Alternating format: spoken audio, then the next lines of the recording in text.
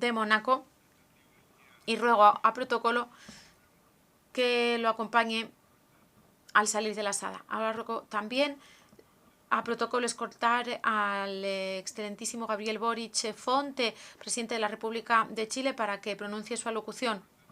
En nombre de la Asamblea General tengo el honor de dar la bienvenida al excelentísimo Gabriel Boric Fonte, presidente de la República de Chile, a quien invito a dirigirse a la Asamblea.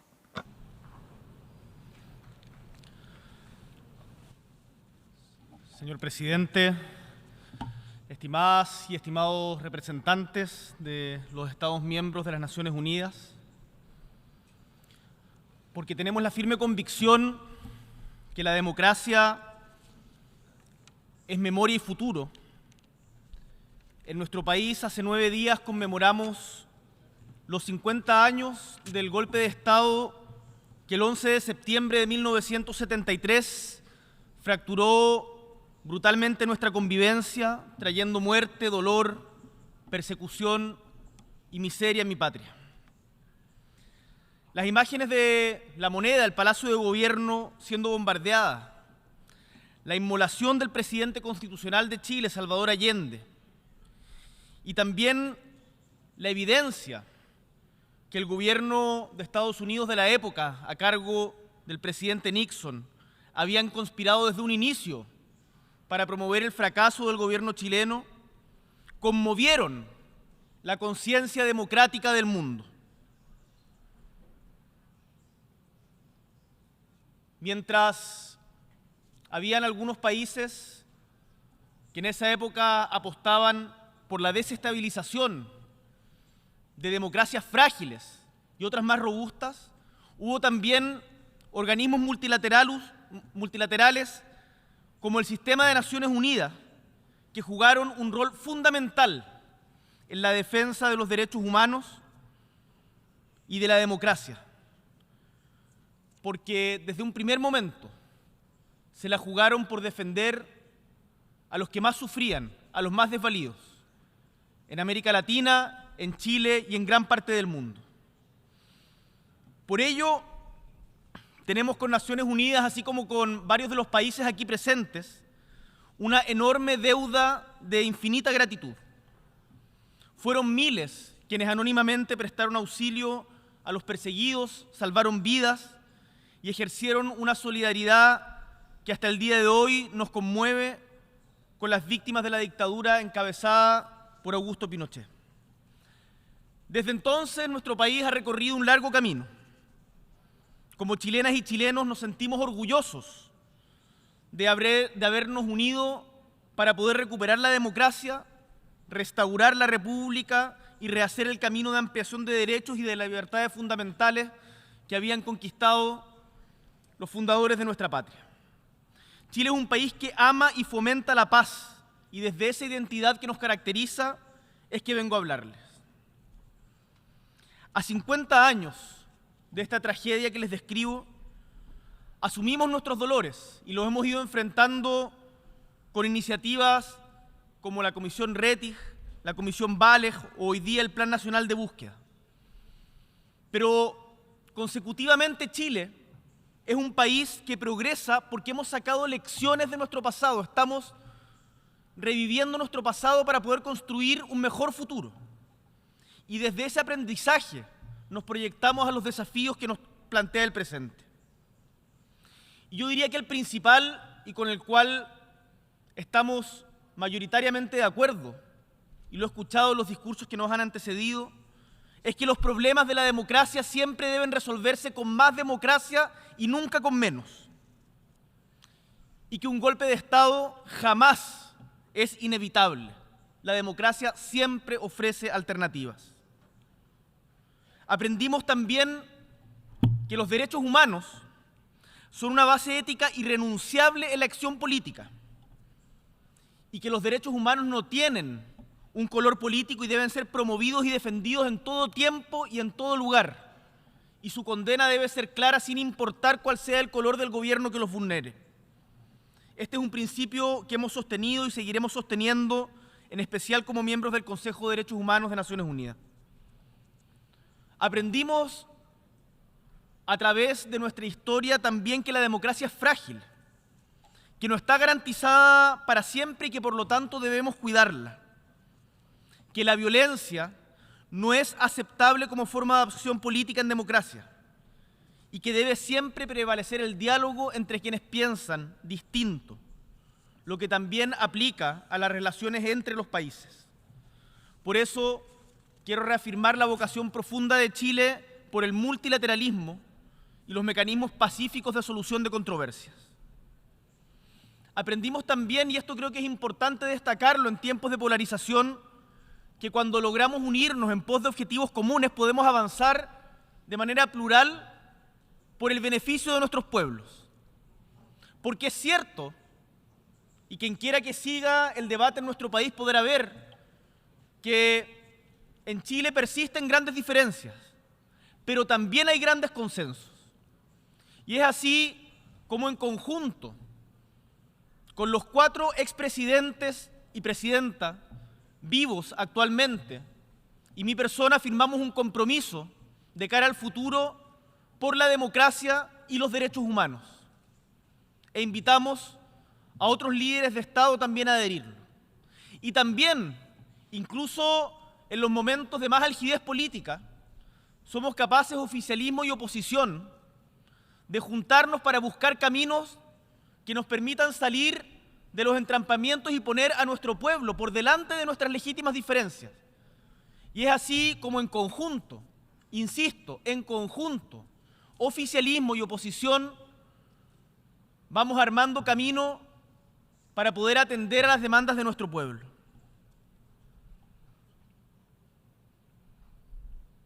Las generaciones que nos antecedieron, estimadas y estimados, asumieron la responsabilidad de independizar a nuestras naciones, de instituir las democracias y de establecer libertades fundamentales, derechos humanos universales y avanzar progresivamente en la conquista de derechos sociales.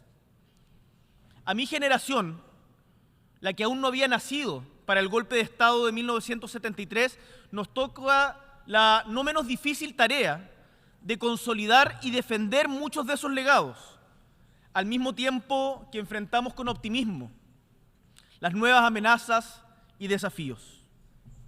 Señor presidente, estimados miembros de la Asamblea, hoy quiero plantearles 3 tareas urgentes a las que humildemente creemos en mi patria que debemos abocarnos, que coinciden con mucho de lo planteado en esta Asamblea hoy día. Es tarea urgente y número 1, cuidar la democracia.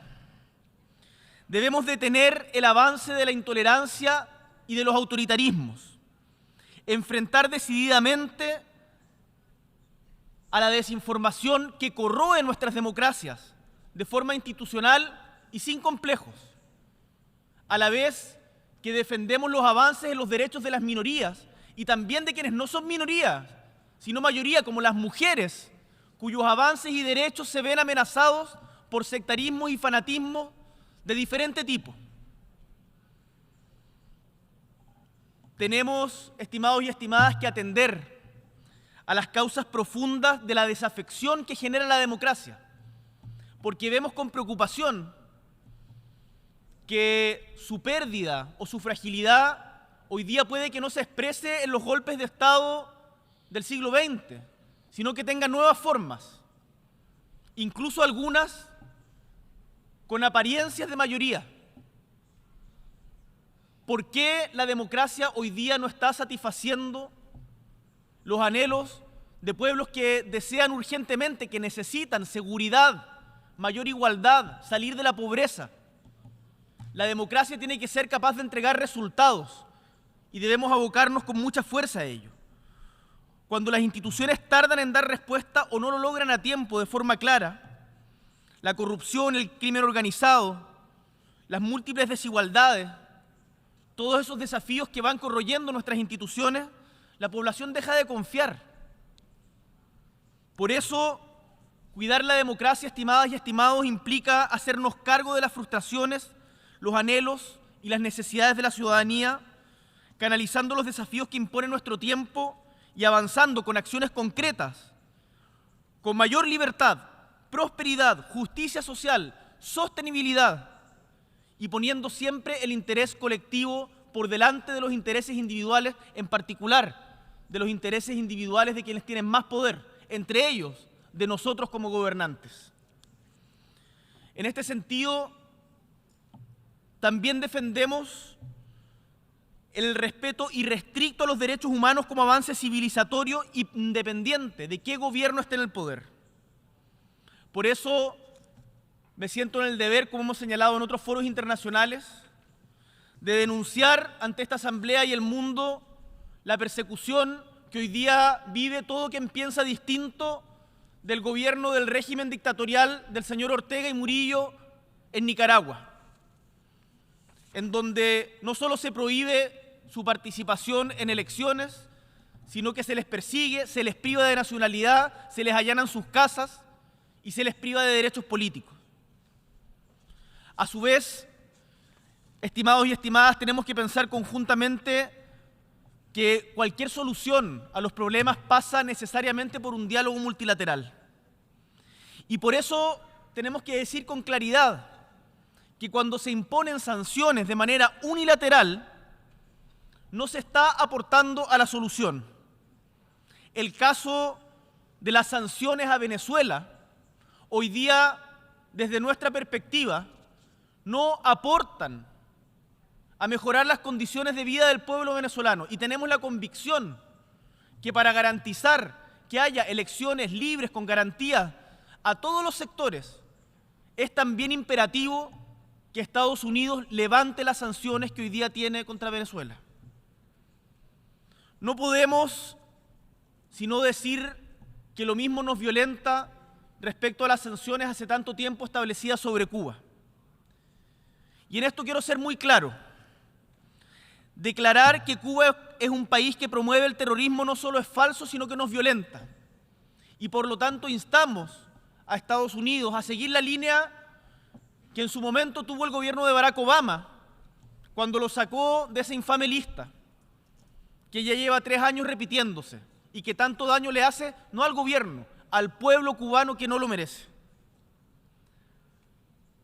También nos sentimos en el deber de alzar la voz ante 2 conflictos que desgarran desde diferentes épocas a nuestra humanidad. Se preguntarán algunos legítimamente, ¿por qué desde Chile hablamos de conflictos en tan lejanos países? Porque nos duele la humanidad entera. Y porque no podemos callar cuando vemos, por ejemplo, la ilegal ocupación y la negación de la posibilidad de un gobierno palestino. El muro que se ha instalado que divide a sus propios ciudadanos. Y reconociendo el derecho de existir de los 2 estados, Israel y Palestina, exigimos desde esta tribuna también el respeto al derecho internacional. Y en un conflicto más reciente, pero en donde también vemos las ambigüedades que se suscitan cuando esto pasa geopolíticamente, no podemos sino condenar de manera clara y explícita la ilegal invasión de Rusia a Ucrania. Y en este punto tenemos la convicción que no se puede culpar de un conflicto de estas características o responsabilizar de la misma manera al pueblo invasor que al pueblo invadido, o más bien al gobierno invasor que al pueblo invadido. Y que por lo tanto la paz pasa por la garantía del respeto a la integridad territorial de las naciones. Y lo decimos desde un país chico o mediano, como es nuestra patria, en el sur del mundo, en Chile, porque sabemos que países como el nuestro solo tienen al derecho internacional para defenderse de eventuales futuras agresiones. Hoy día es Ucrania, mañana podría ser cualquiera de nosotros. Y ante eso no podemos cerrar los ojos. Y no podemos permitirnos tampoco ser ambiguos en la condena a lo que desde nuestra perspectiva es una guerra de agresión ilegal. Un segundo tema que requiere acción urgente y en donde las responsabilidades igualmente no recaen en todos de la misma manera es la crisis del cambio climático, la contaminación y la pérdida de biodiversidad. En esto los diagnósticos son ampliamente conocidos, prácticamente todos los mandatarios han hablado al respecto. Estos son problemas de hoy, no de mañana. En mi patria lo hemos vivido con incendios, inundaciones, y sabemos que la mayoría de ustedes, en particular los más vulnerables, los que menos han contribuido al calentamiento global, los que menos han quemado combustibles fósiles, son los que más sufren de esta crisis climática. Por eso hacemos un llamado, tal como lo hiciéramos hoy día en la mañana en el alto panel para discutir este tema, a actuar rápido, a acelerar la transición energética, a modificar nuestros patrones de consumo y establecer nuevas reglas e instituciones que nos permitan corresponder a estas exigencias. En nuestro país hemos avanzado en esa dirección con diferentes liderazgos y distintos gobiernos. Tenemos un 43% de áreas marinas protegidas y un 22% de áreas terrestres protegidas. Hemos aprobado una ley para crear servicios de biodiversidad y áreas protegidas, además de comprometernos a ser carbono neutrales a más tardar al año 2050 y esperamos llegar antes. Sin embargo, el cambio climático nos ha enfrentado a amenazas que son cada vez más frecuentes y complejas. Hoy sufrimos una severa sequía que, pese a las lluvias de este año, que a su vez trajeron consigo inundaciones en una tierra que había perdido la costumbre de recibir el agua que le da vida, y de incendios forestales, estamos experimentando, como ven, diversos fenómenos que golpean directamente a los más vulnerables. Sabemos que esto se replica en otras latitudes. Las devastadoras inundaciones ocurridas en Libia, a las que hacía referencia el secretario general, en su alocución del día de ayer. En Pakistán el año pasado, la sequía en Argentina, en Centroamérica, en el Cuerno de África, son solo algunos ejemplos que nos deben instar a actuar ya. Por eso se necesita más, y quiero hacer un llamado responsablemente a los países con mayor actividad industrial a que asuman una ética de la responsabilidad que sea no solamente más respetuosa con el medio ambiente, sino que también sea más solidaria con quienes, como por ejemplo las pequeñas islas del Pacífico o de Oceanía, están sufriendo los efectos, o de Centroamérica, del Caribe, están sufriendo los efectos más devastadores de la crisis climática, los daños y prejuicios de esta crisis que no provocamos. Desde Chile estamos promoviendo con fuerza acuerdos internacionales para la protección medioambiental y, entre otros esfuerzos, el año pasado impulsamos la Coalición de las Américas por la protección de los océanos y este año firmamos el Tratado de Conservación y Uso Sostenible de Biodiversidad Marina, BBNJ, y hoy reitero ante esta Asamblea nuestra voluntad y disposición para que Valparaíso, puerto histórico de América, perla del Pacífico, sea sede de la Secretaría de este tratado. Cuenten con nosotros para su desarrollo y para la contribución a un desarrollo más justo, sustentable y equitativo. Y por último, el tercer desafío creemos que tiene relación con el cambio tecnológico, que solo es comparable con la revolución industrial de mediados del siglo XVIII y que está cambiando de forma drástica nuestra manera de relacionarnos, nuestra manera de pensar, de producir, de trabajar. Hace poco veíamos cómo en un pueblo en España una madre denunciaba a unos jóvenes que habían utilizado inteligencia artificial para desnudar a sus compañeras de clase, mancillándoles no solo la honra, sino también su derecho a ser personas, a tener integridad, a tener privacidad. Cada gran transformación tecnológica siempre ha sido en la historia de la humanidad una gran oportunidad para construir sociedades más justas, pero también, si lo hacemos mal, puede ser fuente de nuevas injusticias. Y en este contexto es deber de todos establecer consensos multilaterales para dar un marco ético al desarrollo y al uso de nuevas tecnologías, como el caso de la inteligencia artificial. Requerimos un marco que incorpore la perspectiva de derechos humanos a la investigación e innovación tecnológica, considerando el resguardo y fomento de la libertad y la dignidad de las personas y los pueblos, así como las necesidades del desarrollo sostenible. Las sociedades tenemos que avanzar y de ello no nos cabe duda, pero tenemos que hacerlo de forma responsable. Por eso, entender y gestionar mejor las oportunidades que el porvenir nos ofrece para usarlas en nuestro beneficio antes de que se conviertan en amenaza y terminen profundizando las desigualdades existentes es un deber, que es, por ejemplo, lo que hacemos en Chile desde el Congreso del Futuro, y que no me cabe ninguna duda, ustedes también tienen iniciativas parecidas en sus países. Con humildad, pero también con orgullo, puedo afirmar que nuestro país hoy día tiene condiciones para ser un referente latinoamericano de cara al futuro de la inteligencia artificial y vamos a trabajar firmemente en esa dirección. Democracia es memoria y futuro. Y es por ello que queremos que el desarrollo tecnológico sea una herramienta de unión y no de división, que promueva el empoderamiento en conjunto de la sociedad, que enfrente el fenómeno de la desinformación, que apoye sobre todo a los sectores más vulnerables y que no signifique una profundización de las inequidades ya existentes, tanto a nivel global como al interior de nuestros países. Termino diciendo que los desafíos que enfrentamos requieren de soluciones audaces y colectivas, porque ninguno de nosotros, ni siquiera el país más poderoso, puede enfrentar estos desafíos por sí solo. Los fenómenos migratorios, la crisis climática, las pandemias, no tienen fronteras ni banderas. Nos afectan a todos los países del mundo. Y por eso este foro, esta asamblea, tiene que estar a la altura de ese desafío. Y hagamos valer, si somos más, las palabras y la petición que nos hiciera el día de ayer el secretario general Antonio Guterres respecto a la necesidad de reformar la gobernanza mundial, tanto en sus aspectos políticos como financieros. ¿Es reforma o es barbarie?